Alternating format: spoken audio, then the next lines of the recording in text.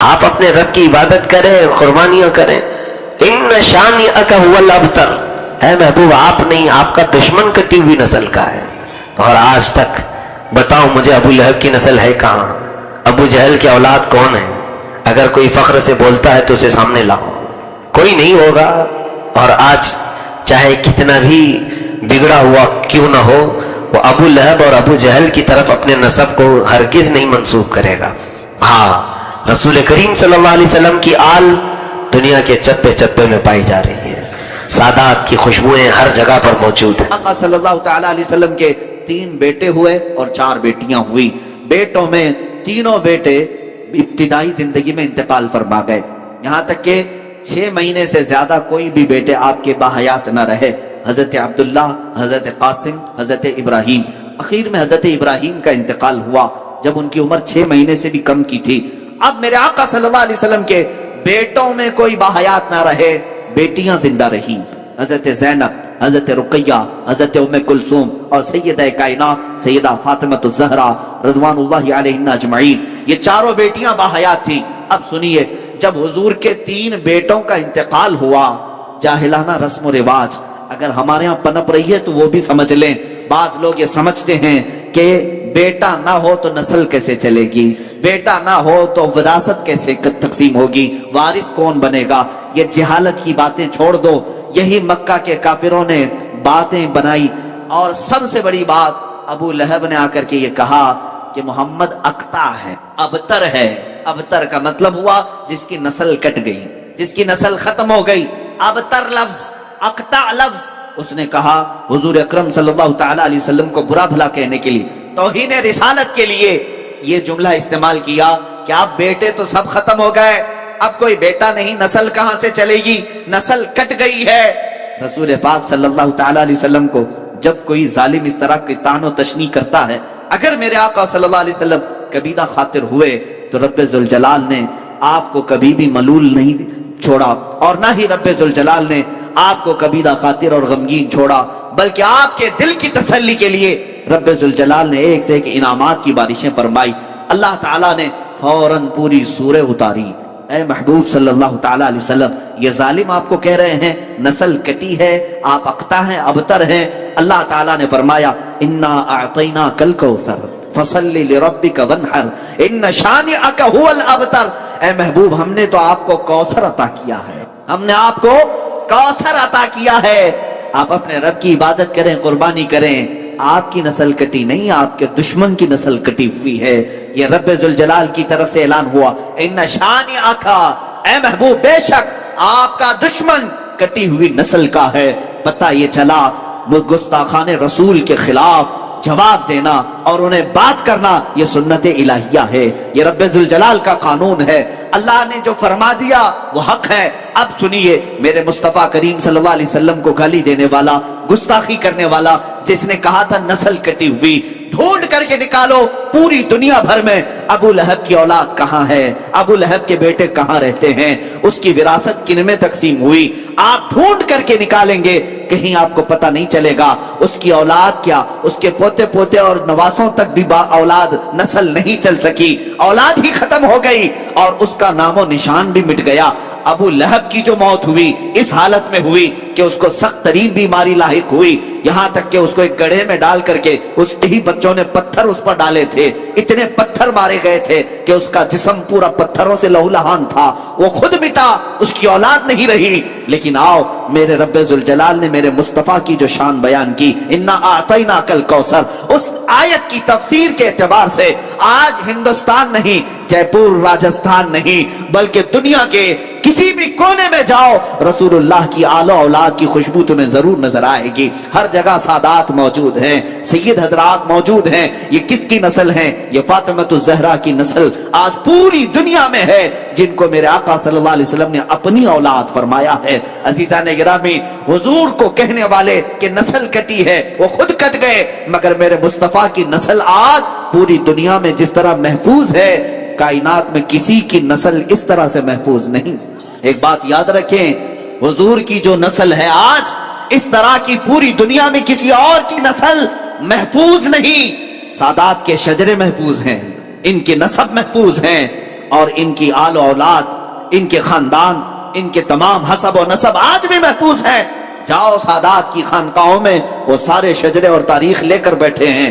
میرے عزیزو، اسی کو تو کہا گیا حضور پاک صلی اللہ تعالی علیہ وسلم کی اولاد آج پوری کائنات میں ہے، اور یہی شان مصطفیٰ ہے جس کو اعلیٰ حضرت نے یوں کہا تھا، تیری نسل پاک میں ہے بچہ بچہ نور کا، تو ہے عین نور، تیرا سب گھرانہ نور کا۔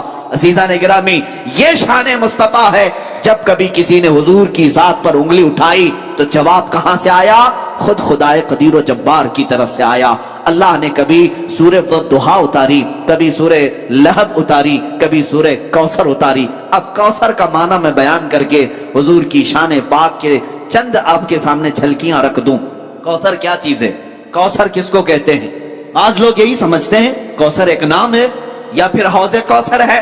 کوثر کی ہزاروں تعریفیں ہوئی اور اس کی کئی تفاسیر ہیں، کئی اس کے مفہومات بھی مفسرین نے بیان کی، لیکن جو حقیقت زیادہ راجح ہے وہ میں بتاتا ہوں۔ کوثر عربی کا لفظ ہے، اور عربی میں بلاغت ایک چیز ہے، یہ سارے لوگوں کے سمجھ میں نہیں آتی۔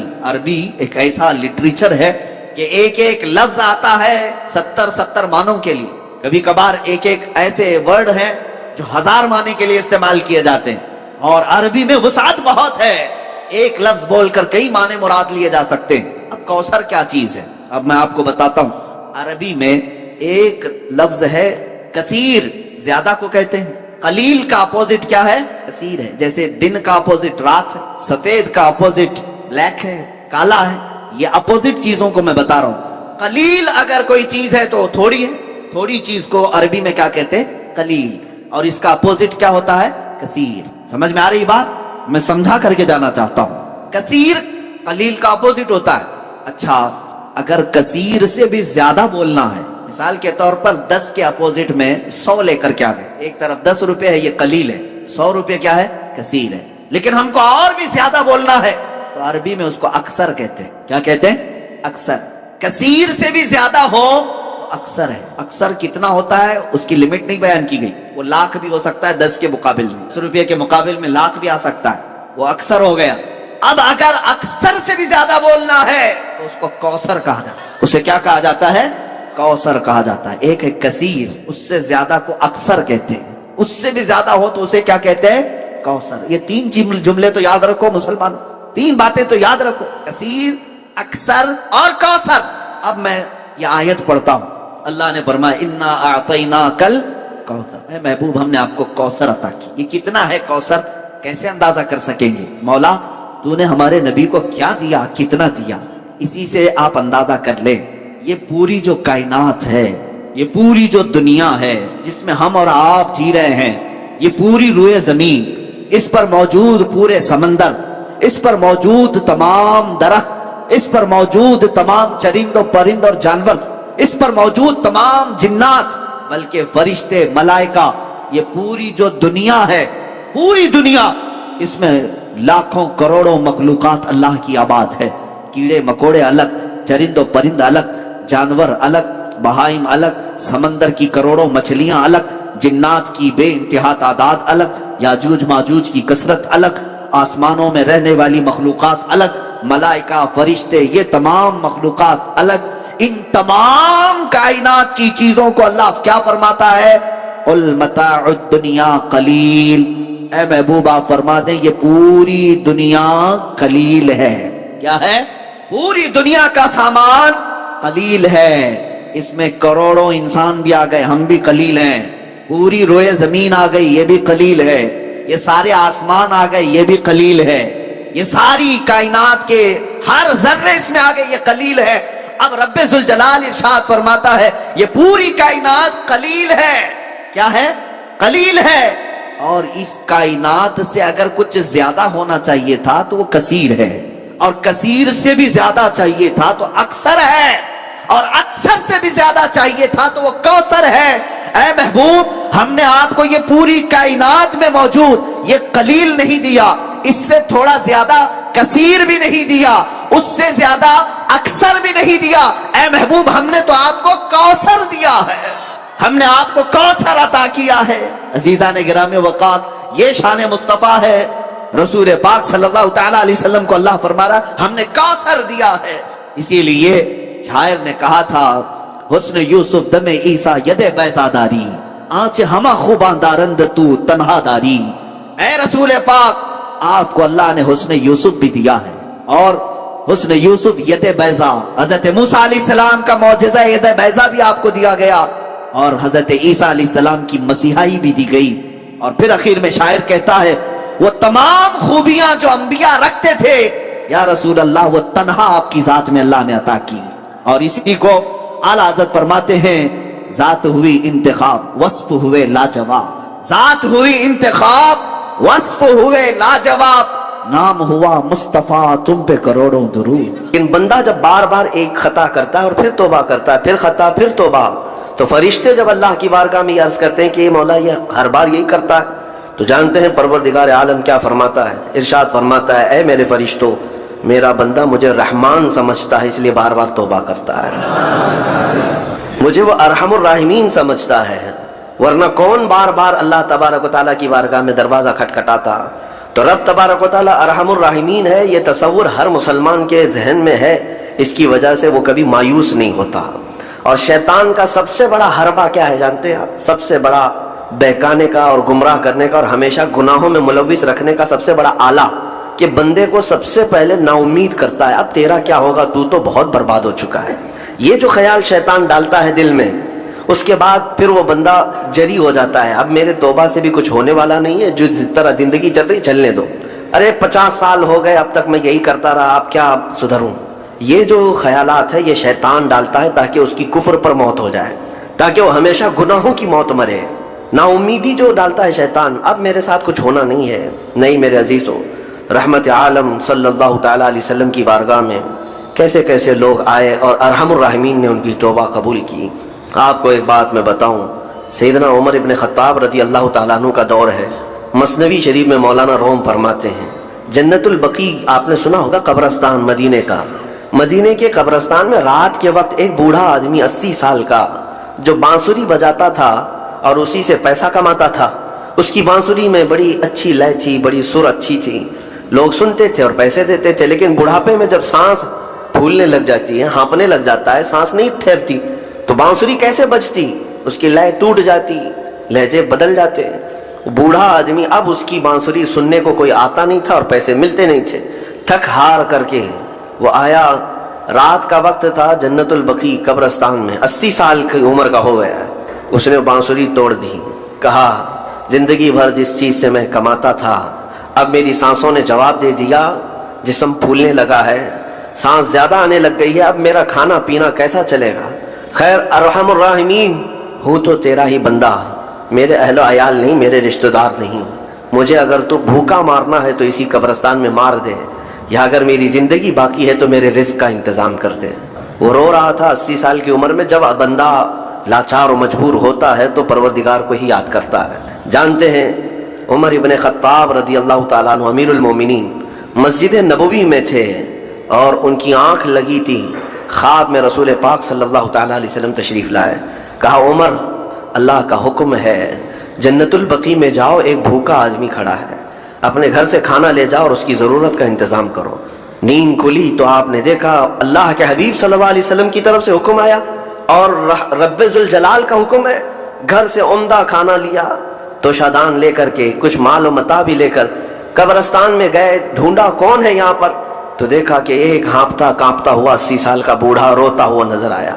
अमीरुल मोमिनीन अपने हाथ में तोशादान लेकर उसके करीब गए, कहा तू भूखा है? कहा हाँ भूखा हूँ, बैठ चल मैं तुझे खिलाता हूँ। दस्तरखान बिछाकर उसे अपने हाथों से खिलाया और उसे अपनी ज़रूरत के मुताबिक जो ज़रूरियात थी उसकी ज़रूरत के मुताबिक वो सारी चीज़ें दी।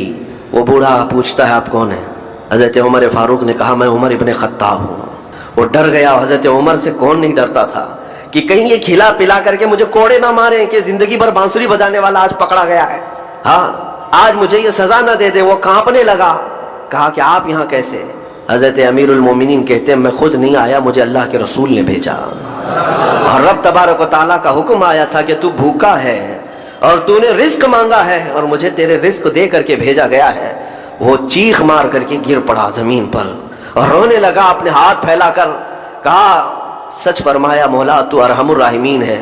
80 साल तुझसे दूर भागता रहा, एक बार क्या तुझे मैंने पुकारा, तूने वक्त के अमीरुल मोमिनीन को खाना देकर भेज दिया।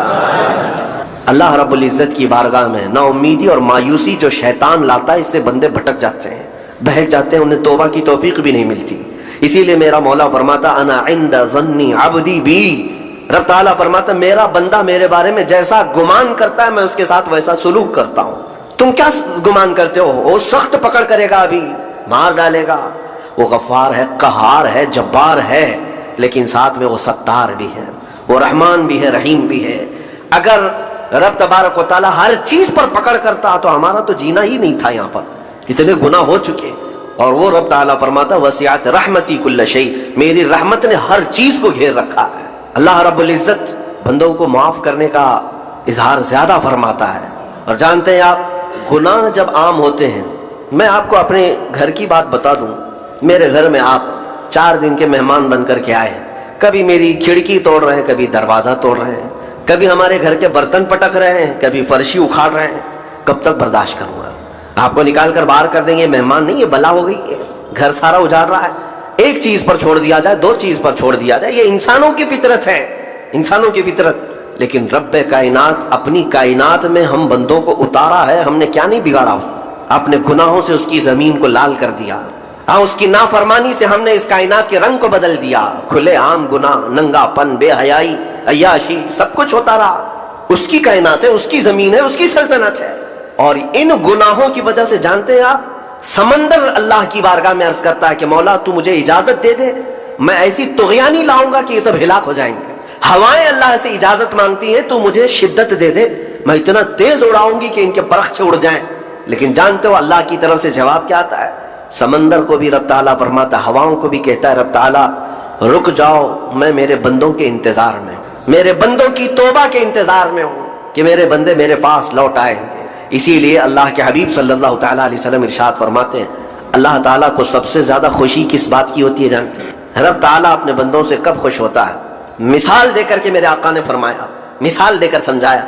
सहरा में, डेजर्ट में रेतीले मैदान होते हैं, उसका सफर बड़ा डेंजर होता है। आज भी डेजर्ट हैं बहुत सारे, सहारा डेजर्ट का नाम सुना होगा आपने। हम गए हैं 200-250 किलोमीटर तक आप चलते रहो गाड़ी, ना एक दरख्त नजर आता है, ना पहाड़ नजर आता है, ना घर नजर आता है, कुछ भी नहीं। इस तरफ मैदान रेत का और आसमान लगा हुआ दिखता है, इधर भी आसमान, तन्हा हम अकेले नजर आते रहते हैं। सहरा का जो सफर होता है बहुत कठिन होता है।